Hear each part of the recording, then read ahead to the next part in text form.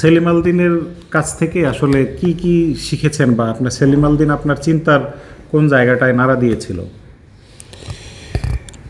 সেলিম আলদিন স্যারের সাথে আসলে আমার অসংখ্য স্মৃতি। সেলিম স্যারের কাছ থেকে আমি অনেক জিনিস, মানে অনেক কিছু শিখেছি।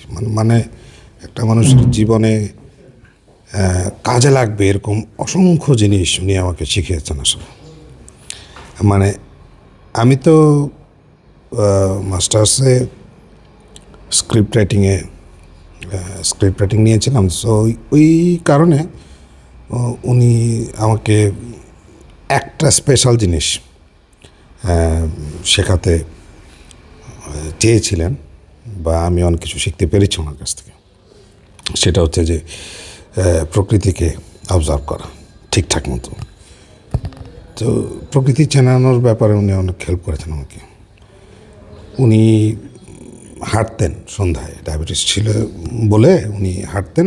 তো ওনার সাথে জয়েন করতে পারাটা একটা ভাগ্যের ব্যাপার ছিল। সবাই সব সময় পারতো না, কিন্তু আমি চেষ্টা করতাম যে ওনার সাথে যতটুকু হাঁটা যায়, মানে সেই হাঁটা, মানে মাইলকে মাইল হাঁটা। কারণ উনি ক্লাসের চার দেয়ালের ভিতরে যে ক্লাসরুম, তার থেকে বেশি শিক্ষা দিতেন রাস্তায় হাঁটতে হাঁটতে, গল্প করতে করতে।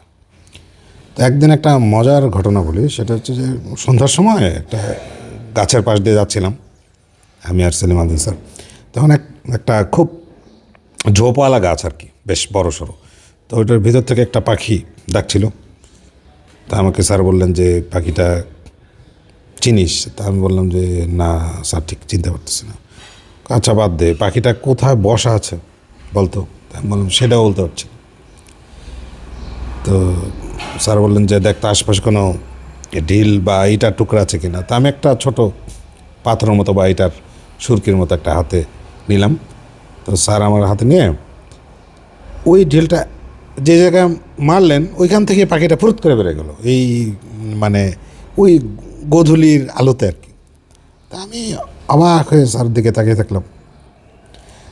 পরে স্যার হেসে দিয়ে বললেন যে এটা তো আসলে একদিনে হয় নাই। তো এরকম ঢিল দিয়ে যখন বড় একটা গাছ থেকে বিশেষ কোনো জায়গা থেকে পাখি উড়াই দিতে পারবি, সেই দিন কিছু, মানে বলতে পারবি যে সেই দিন তুই কিছু শিখছিস। তো এটা আমার আজীবন মনে থাকবে যে আসলে ওস্তাদি, মানে আমি এরপরে অবাক হয়ে মানে এখনও অবাক হই যে একটা মানুষের অবজারভেশন কতটুকু থাকতে পারে প্রকৃতি সম্পর্কে। সেটা ওনার অনেক নাটকে প্রকৃতির বর্ণনা যদি তুমি দেখো বা অবজারভেশন যদি দেখো, অসাধারণ। আর নাটকের ক্ষেত্রে উনি একটা মজার কথা বলে গেছেন, এক লাইনের একটা মন্ত্র। সেটা হচ্ছে, আমি ওনাকে বলেছিলাম স্যার আমি নাটক বানাতে চাই, পরিচালনা করতে চাই। তো তখন উনি বলেছিলেন যে ওইটার একটাই মন্ত্র,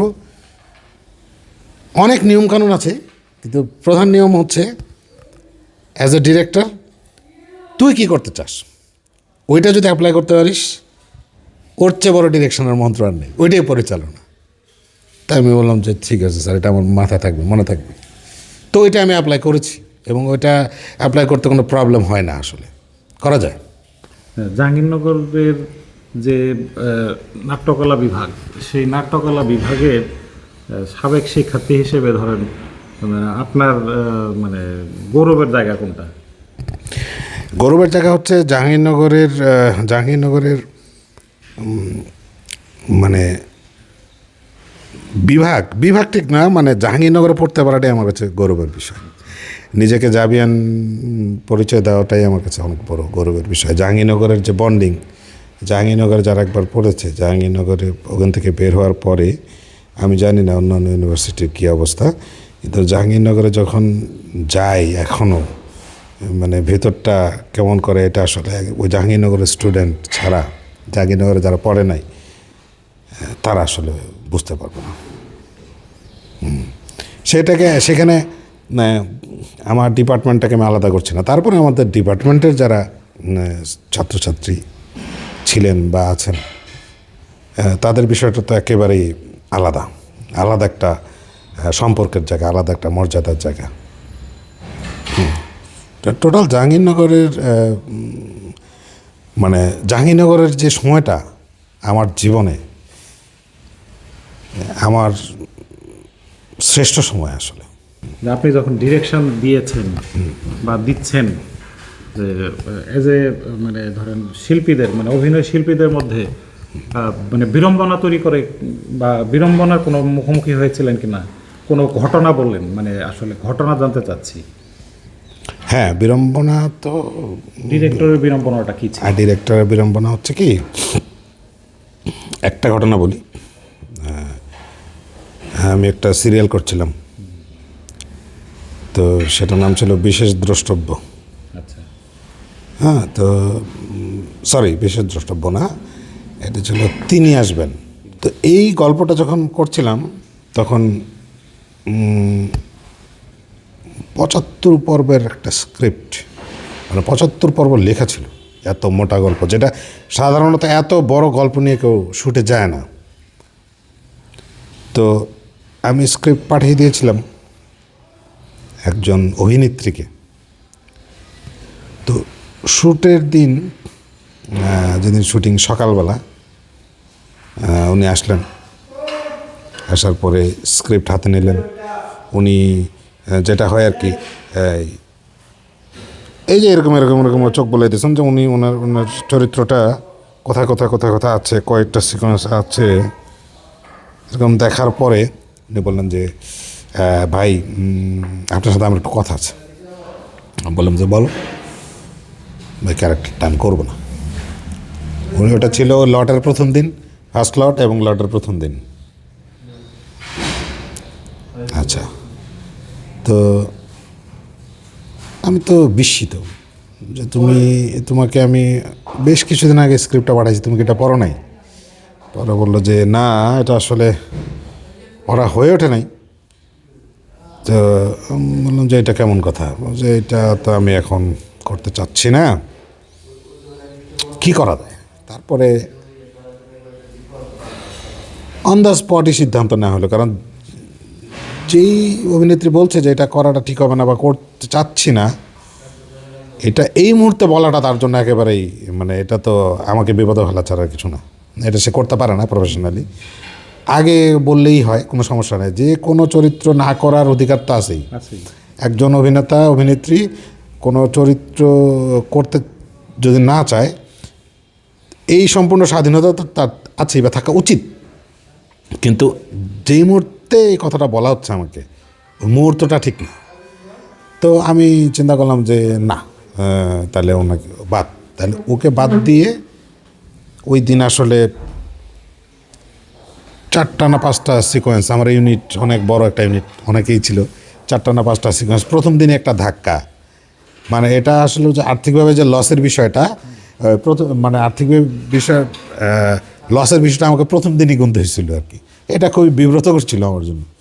তো এরকম করাটা একদমই উচিত নয়।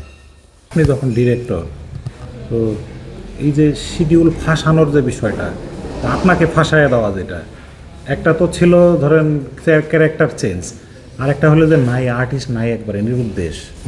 ধরেন আপনি বসে আছেন টানা সারাদিন, হ্যাঁ, তো সেই জায়গায় তো ধরেন অনেক বড় একটা ঘটনা এটা, কথার কথা যে আপনার প্রধান অভিনয় শিল্পী হাজির, কিন্তু একটা লিঙ্ক পার্টের ক্যারেক্টারের জন্য যে আর্টিস্টটা বা কাছাকাছি কম মিডিল গুরুত্বপূর্ণ, তো এইরকম কোনো ঘটনা আছে? না, মিডল গুরুত্ব ওরকম না, তবে ওই যে আমার শুটিংয়ে এই আসতেছি, আধা ঘন্টার মধ্যে চলে আসবো, এই তো আর 1 মিনিট, এরকম করতে করতে সারাদিন আসে নাই, এই ঘটনাও আছে। মানে মেয়ে শিল্পী না মেয়ে শিল্পী, যাই হোক, নামটা না বলি, মেয়ে শিল্পীরা কি এরকম বেশি করে? কম বেশি মেয়েদের সংখ্যাই তো বেশি দেখছি আমি আসলে। যাই হোক, ছেলেরা হয়তো একটু কম। তো এরকম ঘটনা খুবই হাস্যকর আসলে। বলে দিলেই হয় যে আমি আসতে পারবো না বা কোনো একটা ঝামেলা হয়েছে। তো পুরোটা দিন যখন অপেক্ষা করলাম, এটা বিস্ময়কর ছিল আমার জন্য আর কি, যে এই ঘটনাও আছে আর কি। মিডিয়াটাকে কিভাবে চলমান সচল রাখা যায়, মানে ধরেন কর্মমুখর রাখা যায়, এই বিষয়ে আপনার মানে আশাবাদ কি?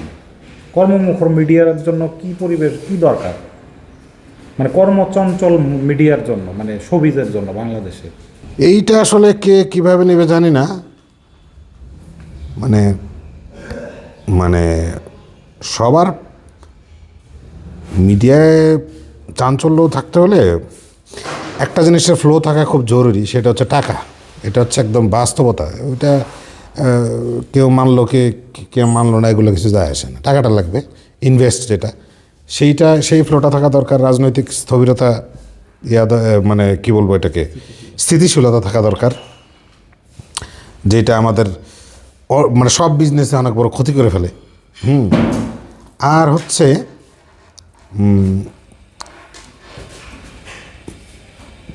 স্পেশালি টেলিভিশন নাটকের ক্ষেত্রে আমি যেটা বলবো, ডিরেক্টরস মিডিয়া হওয়া দরকার।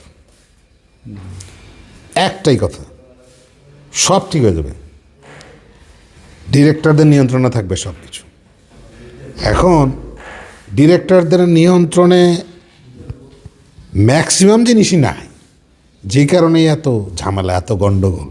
ডিরেক্টরদের নিয়ন্ত্রণে থাকুক, পরিচালনায় যোগ্য লোকেরা আসুক, এবং তাদের কি বলবো, ডিরেক্টরদের কথা মতো চলুক সব কিছু। ডিরেক্টররা প্রোডাকশনটা বানাবে, ডিরেক্টররাই সব ঠিক করবে, কি করবে না করবে।